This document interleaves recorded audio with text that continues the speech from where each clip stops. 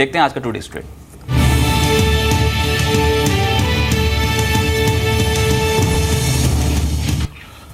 वीरेंद्र बताएं आज के रेडार पर कौन सा शेयर रख सकते हैं? जी हाँ, आज एक स्टॉक इनफैक्ट जो आइडेंटिफाई किया रजत, मैंने थोड़ा सा आप भी जोड़ दीजिएगा बाद में, क्योंकि मैंने टेक्निकली ही चर्चा करी है इसमें, डिस्कशन किया है और रिसर्च किया है इसमें।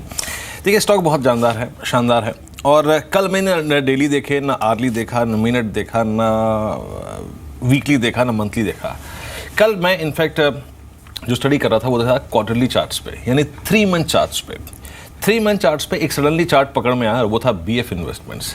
फिर हमने जब डेली पे देखा तो कल भागा हुआ था करीब 139 के स्तर पे और ऑलमोस्ट इसकी क्लोजिंग आई 143.60 पर, 7 रुपये 30 पैसे ऊपर। ये इनफैक्ट ये अगर आप देखें, कल मैंने मिड सेशन में पकड़ा था इस स्टॉक को। कल अगर आप देखिए 2 दिन से इसके वॉल्यूम्स देखिए, इसके 2 दिन के वॉल्यूम्स जो हैं, याद रखिए ये पिछले 3 महीने के सबसे स्ट्रॉन्गेस्ट वॉल्यूम डेज हैं, 2 दिन से जो वॉल्यूम्स हैं। वीकली पे क्या हुआ है, क्योंकि मेरे पे इस स्क्रीन पे क्वार्टरली चार्ट्स नहीं है, वीकली पे क्या हुआ है? वीकली पे याद रखिए इसने 200 को नहीं तोड़ा, 200 वीक एक्सपोनेंशियल मूविंग एवरेज। इसने फाइनली अगर आप देखें जो मूव दिया है ना, वो दिया है लास्ट वीक यानी शुक्रवार को, जब इसने अपने 50 वीक एक्सपोनेंशियल मूविंग एवरेज यानी 124.90 को वॉलेट किया। यानी वीकली चार्ट्स पर सारे एवरेज से कंफर्म आया है कि नो सप्लाई जोन, अब ऊपर कोई नहीं है। 200 डेमा को क्रॉस किया शुक्रवार को, कल कंफर्मेशन दिया कि स्ट्रेंथ कायम रहेगी। वॉल्यूम्स अच्छे खासे थे और ये देखिए, अब मैं इसको जरा एक बार के लिए लॉन्ग टर्म मंथली चार्ट्स पे कन्वर्ट करूं तो याद रखिए ये जो मंथ है ये अभी शुरू ही हुआ है, अगस्त का, ये इसका 2015 की जनवरी अगर मैं छोड़ दूं, यानी फरवरी 2015 के बाद सबसे स्ट्रॉन्गेस्ट मंथली कैंडल है। और वो कैंडल जिसमें अभी 20 दिन बाकी हैं, यानी वो अगस्त जिसके 20 दिन अभी बाकी हैं, सिर्फ 10 दिन में इतनी स्ट्रॉन्ग कैंडल क्रिएट हुई है।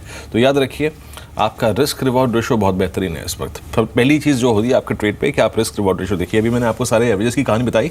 सो दैट मीन्स ये हार्डली रिस्क जो है ना वो 134, 135, उससे नीचे नहीं, ना लेना भी नहीं है हमको, हमारा स्टॉप लॉस रहेगा।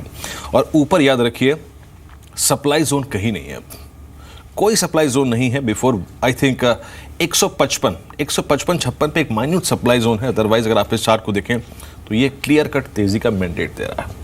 रखिएगा इस ट्रेड पर नज़र, आज नहीं तो कल, कल नहीं तो परसों, ये ज़रूर एक स्ट्रॉन्ग मूव देगा। याद रखिए इस वक्त आपको स्टॉक्स के साथ थोड़ा समय बिताना है। हमारी डेस्क के नीचे कोई लीवर नहीं लगाया कि दबा दिया और स्टॉक भाग गया ना, ये इस वक्त किसी भी स्टॉक को वक्त दीजिए, वक्त देंगे तो डेफिनेटली चलेगा। हमने हिमाद्री केमिकल की परसों चर्चा की थी, DCB बैंक की चर्चा की थी, आप देखिए एक से एक स्टॉक, हमने JK टायर्स की चर्चा की, थोड़ा सा वक्त दीजिए और डेफिनेटली स्टॉक से पैसा बनेगा। रिस्क रिवॉर्ड रेशो पे ध्यान दीजिए रजत। शनिवार को कंपनी के नतीजे आए थे, शुक्रवार को मैं ये बात कह चुका था कि जो जैसे भारत फोर्ज के नतीजे आए तो एकदम से कल्याणी ग्रुप के जो स्टॉक्स हैं वो कहीं ना कहीं लाइमलाइट में आ रहे हैं। शुक्रवार से एक्यूमुलेशन स्टार्ट हो गया BF इन्वेस्टमेंट में। किरण, आपकी कॉल, जो कल्याणी समूह के स्टॉक्स ने, चाहे वो भारत फोर्ज हो गया, BF इन्वेस्टमेंट, BF यूटिलिटीज, क्या कोई स्टॉक आपके रडार पर है सर? इन्वेस्टमेंट के बारे में थोड़ा सा बात करना चाहूंगा, क्योंकि एक अच्छा बेस बिल्डिंग के साथ ये स्टॉक ऊपर जा रहा है, तो एक अच्छा डिमांड ओवर पावरिंग सप्लाई का सिनेरियो है। मेरा मानना है कि अगले 4-5 ट्रेडिंग सेशंस में ये इजीली 172 से 173 लेवल्स देखने को मिल जाने चाहिए। भारत फोर्ज की बात करें तो भारत फोर्ज में ऐसा अच्छा चार्ट पैटर्न है, पर 2 दिनों में बहुत भाग चुका है। तो मेरा मानना है कि इधर से थोड़ा सा कंसोलिडेट पहले करे और फिर अगर ये 840 के लेवल क्रॉस कर दे तो 900 के टारगेट देखने को मिल जाने चाहिए। इमीडिएटली भागने की प्रोबेबिलिटी बहुत कम है। FMCG स्टॉक्स कल बज कर रहे थे और कल जो सेक्टर चला तो वो था FMCG। देखिए कोलगेट के नतीजे, ब्रिटानिया के नतीजे, और दोनों ही फिलअप प्रोवाइड कर दिया। जुबिलेंट फूड्स ले लें, प्रॉक्टर एंड गैम्बल ले लें, कोई भी स्टॉक अगर आपने लिया होता है FMCG स्टेबल में तो काफ़ी शानदार रिटर्न देता। अविनाश, ये जो रिजल्ट्स आए कल ब्रिटानिया और कोलगेट के, ब्रिटानिया के मुनाफे में 13% का इजाफा, कोलगेट में 8% का इजाफा, और कोलगेट के तो ख्याल वॉल्यूम ग्रोथ 4.5% एक्सपेक्ट कर रहे थे, 6% के वॉल्यूम ग्रोथ दर्ज की कंपनी ने। पूरे FMCG सेक्टर पे क्या इस समय बेट लगाना ठीक रहेगा सर?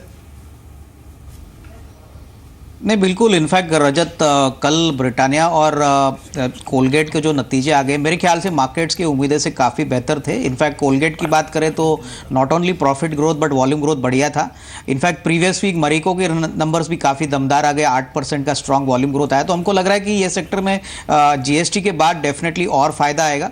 बट अगर किसी को पोर्टफोलियो एलोकेशन करना है तो मेरे ख्याल से ब्रिटानिया और मरीको, हमको लग रहा है ये दोनों शेयर में एक निवेश का मौका है।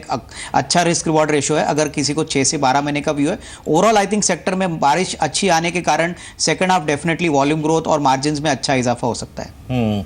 इस बीच स्टॉक्स टू वॉच के अगर आप देखें, जो एक और ट्रांच आया है उसको देख लेते हैं। इंडिया बुल्स हाउसिंग फाइनेंस, यहाँ पर एनसीडीज के जरिए लगभग 400 करोड़। देखिए स्टॉक्स टू वॉच ना छौंक लगाते बीच बीच में लेते रहते हैं।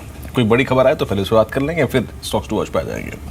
India bulls housing finance NCDs के जरिए लगभग 400 करोड़ रुपए जुटाने की इनकी योजना है। याद रखिए कल आशीष चंद्रुमोता क्लोजिंग में हमारे साथ थे, उनकी BTST कॉल में शामिल था और पूरे वीकली आउटलुक में उन्होंने इस स्टॉक को पिक किया है कि मैं इस पर लॉन्ग साइड में रहूँगा। चार्ट्स स्ट्रॉन्ग चार्ट्स है, कल इंडिया हाई पे बंद भी हुआ था।